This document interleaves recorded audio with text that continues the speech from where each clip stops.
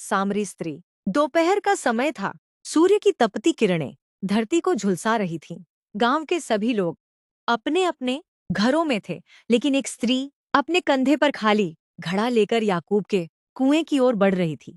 वह इस समय इसलिए आती थी क्योंकि वह लोगों की नजरों से बचना चाहती थी। उसके अतीत की गलतियों ने उसे समाज की नजरों में गिरा दिया था। लोग उसे तिरस्कार से देखते थे।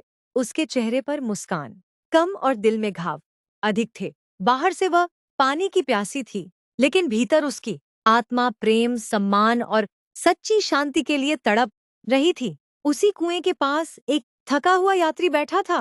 प्रभु यीशु। जैसे ही वह स्त्री पानी भरने लगी, यीशु ने प्रेम से कहा, मुझे पानी पिला। स्त्री चौंक गई।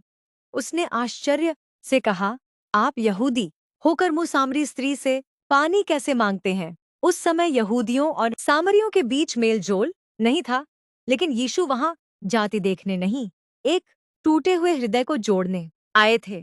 यीशु ने कहा, यदि तू जानती कि तुझसे पानी मांगने वाला कौन है, तो तू उसी से मांगती और वह तुझे जीवन का जल देता। जो इस कुएं का पानी पीता है उसे फिर प्यास लगेगी, पर जो जल मैं दूंगा उसे फिर कभी प्यास नहीं लगेगी। स्त्री उस जल को समझ नहीं पाई, फिर भी उसने कहा, प्रभु मुझे वह जल दीजिए।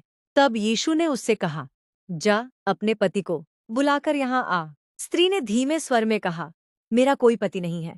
यीशु ने अत्यंत कोमलता से उत्तर दिया, तूने सच कहा। तेरे 5 पति हो चुके हैं और जिसके साथ तू अब रह रही है वह भी तेरा पति नहीं है। यह सुनते ही स्त्री का चेहरा उतर गया। उसने सोचा, यह व्यक्ति मेरे जीवन की हर बात कैसे जानता है?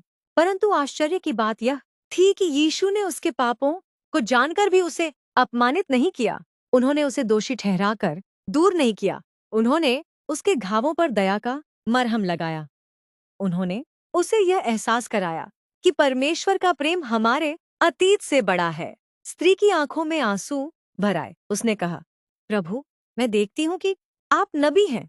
फिर उसने पूछा कि सच्ची आराधना कहाँ करनी चाहिए? यीशु ने उत्तर दिया, सच्चे आराधक आत्मा और सच्चाई से पिता की आराधना करेंगे। जब स्त्री ने कहा, मैं जानती हूँ कि मसीह आएंगे, तब यीशु ने अपने जीवन का सबसे महान परिचय दिया।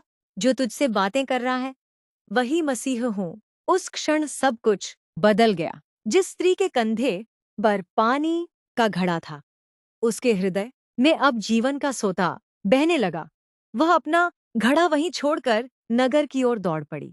जिस स्त्री से लोग दूर भागते थे, वही अब पूरे नगर को पुकार रही थी, आओ एक व्यक्ति को देखो जिसने मेरे जीवन की सारी बातें बता दी। कहीं वही मसीह तो नहीं? उसकी गवाही में ऐसा सत्य था कि पूरा नगर यीशु के पास आने लगा। जिस स्त्री को समाज ने अस्वीकार किया था, उसे प्रभु ने अपना दूत बना दिया।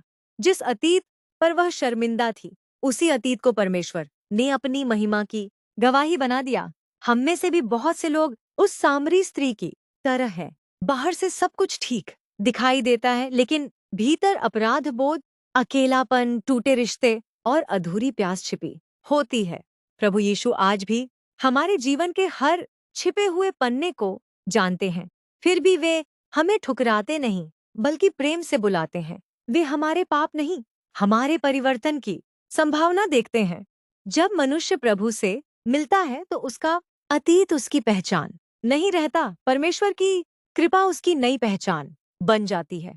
कभी कभी परमेश्वर हमें पानी का घड़ा छोड़ना सिखाते हैं ताकि हम अनंत जीवन का जल पा सकें। यही उस सामरी स्त्री की कहानी है और यही हर उस व्यक्ति की आशा है जो सच्चे मन से प्रभु यीशु के पास आता है।